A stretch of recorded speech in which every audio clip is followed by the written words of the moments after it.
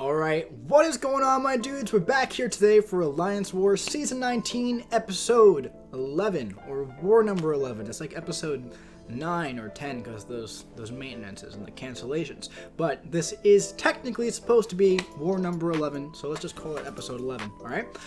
We have 4 fights this war. They all went pretty well. This first one, though, man, oh my god. So let's look at the buffs real quick. Kinetic transference and power bond. Power bond's not too important here, but kinetic transference, that's the biggie here, man. You would never expect a blade to give somebody so much freaking trouble, man.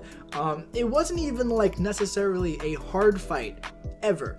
Just one of the most annoying fights I've ever done in my life. So I started off really bad here. I thought I could go in and intercept the middle of his heavy attack there, but apparently I couldn't have. Now, if there wasn't kinetic transference here, what I would have done is I would have parried and backed up and parried and backed up and done a heavy attack while he was under 1 bar of power, okay? But because of kinetic transference, well, I couldn't do that. So what's happening here is he is just consistently being pushed above 1 bars of power, and he is tossing off that special one, and I have 2 options. I can either dex it and he'll go indestructible because of stubborn, or I can block the entire thing, parry the entire thing, and he'll just gain another bar of power and throw off another one. So I'm kind of at a crossroads here on what to do in this fight.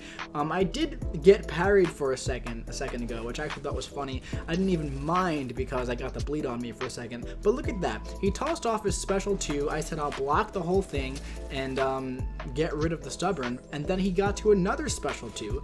And that one I actually dexed out of, but then he went indestructible. Look at this, man. He's just spamming special ones, and if I dex any of it, he goes indestructible. Hi, Stuart.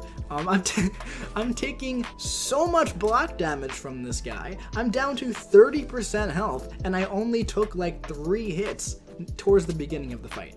It's unbelievable. At this point, what I'm trying to do is just let him keep 10 spores on him while I'm close to him and let him toss off the special attacks into my block and just let him cycle them like that.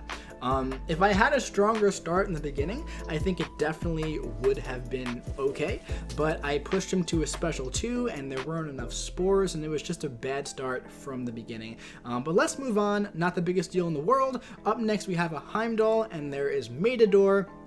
And I think power bond again. So my special 3, for example, if I were to toss that off when he was at 3 bars of power, it would only drain like 10% of his health instead of 100%. Does that make sense? And then there's also Matador, so I'm not going to be gaining any power unless he uses a special attack. But when we're using Omega Red, it doesn't really matter. This is how I would have loved to do Blade on any other node in the entire world. This is how I usually play Omega Red, actually, but the kinetic transference really just messes with that, and you combine that power gain with the power gain that he's getting from the bleed that's on Omega, it's just not a great time, and you combine that with Stubborn, that's the big issue. Stubborn's the big issue, honestly. But yeah, that Heimdall was cool. He did auto block me after that special one, but not the biggest deal in the world. That's the last fight I needed Omega for. Up next we have a Mr. Fantastic, alright? And this is a great node for Mr. Fantastic. We see him on this node all the time, and it is steady, build up, unblockable, and spry. So why is this good for Mr. Fantastic? Well, lots of reasons. Number 1, his special 1, it puts on a couple debuffs on you, 2 debuffs actually. Also, if you toss off a special attack, that'll put on a 3rd debuff, and there's also spry. So if he evades, that's a total of 4 very easy to have debuffs to make him completely unblockable. So because of that, just in case, I'm going to toss on an invulnerability boost. Now, we're going to play a game here during this fight, and that game is called not letting Mr. Fantastic get to a bar of power even once in this entire fight. It's a very long name for a game. I thought of it one night at like 3 a.m. and I just published the name and I can't change it. So it's a very long name, but we're sticking to it, all right? As you can see, this is my strategy. I parried 5 times right away, didn't even hit him, and now at this point, he is infected. He has 2 infections, 2 viruses on him, okay? And he's very close to a 3rd. And what I'm doing here is I'm letting the willpower that he gets from the parry stun and from the bleed just drain his power. Why is that? Because I don't want any debuffs on me, because if I accidentally mess up and he evades me, okay, if I go to like instinctively hit his block or something like that and he evades and then he throws off a special 1 and I have 3 specials on, or 3 debuffs on me, he's unblockable, that's not a situation that I want to be in. So when I play Warlock in fights like these, what I do is I play incredibly safe and I go incredibly slow, and I never let the opponent get above 1 bar of power. He is gonna pop up above 1 bar of power for like 1 second here when I toss off the special 3, but it instantly gets drained before he can even get up off the ground. So we're gonna let that one fly, and the only reason why I did throw the special 3 is so I can just heal back up to 100% health just to save a potion before fighting the next fight, alright? Just a little quick Warlock tip for you. Always toss that special 3 towards the end of the fight so you end with a full yellow bar. Yeah, and he's just going to continue draining, so now I'm going to be doing like medium light, and look at that. We finished that fight off in about, what, a minute and a half, 2 minutes. Very, very, very safe fight. We just let the degen do the work, and yeah, Warlock's really solid, dudes, for stuff like that when you don't want them getting power. So up next we have a fight that I took on the first war of the season, and I got my ass handed to me when I was using Omega, and that is a steady build-up unblockable and crumbling armor. So Warlock is great for this fight, even despite crumbling armor. There is one thing that I did not account for, something that I never actually knew. When you toss off a heavy attack with Warlock on Havoc and you put the bleed on him, you are going to get a plasma on yourself automatically. See, I never knew that because it never really mattered up until this steady build up unblockable node. So we'll talk about it during the fight, but the strategy here is to do 2 parries, do a double parry here, and then go for a heavy attack to interrupt his heavy, okay? Or if I get a parry like that, I'll go and I'll do like medium light. I'm playing the same game here. I'm playing the game, never let Havoc get above 1 bar of power, because I don't want those debuffs on me. But I honestly did not know that the bleed automatically puts it on me. So it's not the biggest deal in the world. I'm just gonna have to play really, really, really good when I throw 1 more heavy attack here, and now he's unblockable for the rest of the fight. So I instantly see that. I go in for a little intercept. I do a little draft back, light attack there, build up to a special 3. I say, okay, I'm gonna drain this guy's power, okay? So we toss off the special 3. He's gonna be going down to 0 power. I'm gonna have to turtle up after the special 3, so he does not toss off the special 1. I can't have the special 1 tossed off. That is non-negotiable. It can't happen. He's still unblockable. I'll have to intercept here.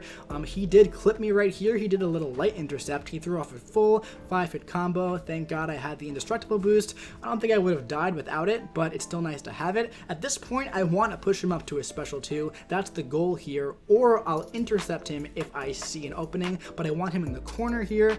I feel like right here is a good time to go in and finish off the fight right now with 1 more intercept. Really, really solid fight. Next time I do this fight, I'm not going to be going for the heavy attacks. I'm not going to be getting the bleed on him. What I'm going to be doing is I'm going to do like a double parry and then do either light light or medium light. I'll go light light if he ends with a medium attack and I don't have the parry stun, and I will do medium light if I do have the parry stun. I just said that's light light for no stun and medium light for the stun, okay?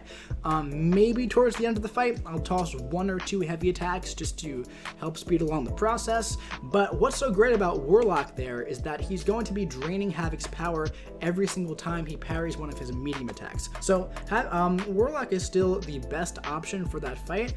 Colossus would also be good, but the issue with Colossus there is that if he gets to a special 1, he has some way to drain his power, and you're going to get some of the plasma on you, so he's going to go unblockable. And the same thing goes for if you want to use Havoc for that Havoc. So, in my opinion, Warlock's the way to go. Next time I do that fight, there's going to be no issues whatsoever. So with that being said, let's head on over to the stats for this war. Alright, so So we did actually end up losing that war. The opponent Senzu did really well on attack. They brought like 18 quakes and they hardly died at all using them. So great job to anybody in Senzu. If you're watching this, you guys did really good tearing up our defense. I believe that was the first war of the season where my Invisible Woman and my Weapon X didn't get any kills, so that's cool. So for the stats, they pretty much all went up across the board. 39 wins, 39 kills now, 6 deaths, 87% solo rate, that's cool. 52.11 adjusted difficulty rate per fight, minus 0.28 solo rate, or solo percentage, whatever it's called. Yeah, solo rate bonus. That'd be cool if that goes into the positive for the last war of the season. 37.22 on the power rating, and then we have 1.15 for the adjusted difficulty per fight, or true difficulty per fight, and then power rank in 4 Loki Battle Group 1 is still 8th. Our win-loss is 5-3. We have one more war. It is against New Nation, who are a very great alliance. So that's gonna be a fun war. I'm already halfway done with it. My section 1 went really well. There's one really funny part in it. Can't wait to share that part with you guys. But overall, looking forward to the last war of the season. I've really enjoyed Alliance War this season a lot. I've enjoyed making these videos for you guys. Please let me know in the comments below if you've enjoyed the format of these videos. I've gotten a lot of comments from people about how they enjoy the way I edit certain fights. If something really crazy happens, if I do it in like slow motion or whatever and explain it, I always like to explain everything that I do, just so that anybody watching who plays at a lower level at the moment can learn from it and grow as they do progress through the game. That's why I try to break everything down as best as I can, just so I can help anybody who's watching who needs it or wants it.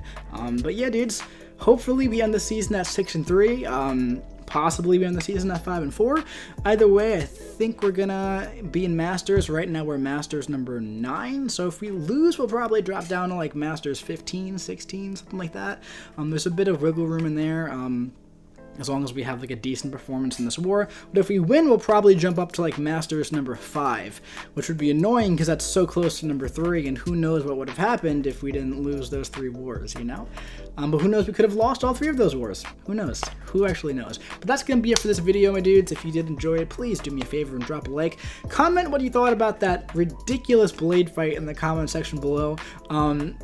Just, I don't even know. Just say something about it. It's funny. I'm not necessarily excited to do that fight again, but I'm looking forward to trying it again and this time getting a better start, because I feel like if I didn't try to intercept his heavy there and then let all the spores fall off and push him to above an initial 2 bars of power, it would have been a very different fight. It was never like a hard fight. I was never scared I was going to lose. I was just trying to figure out ways to do damage to him while he was indestructible. So, but yeah, dudes, that's going to be it for this video. Drop a like, comment about whatever you want to comment about. Subscribe if you want to see some more 4 Loki War videos coming to you very soon. Be seeing you around.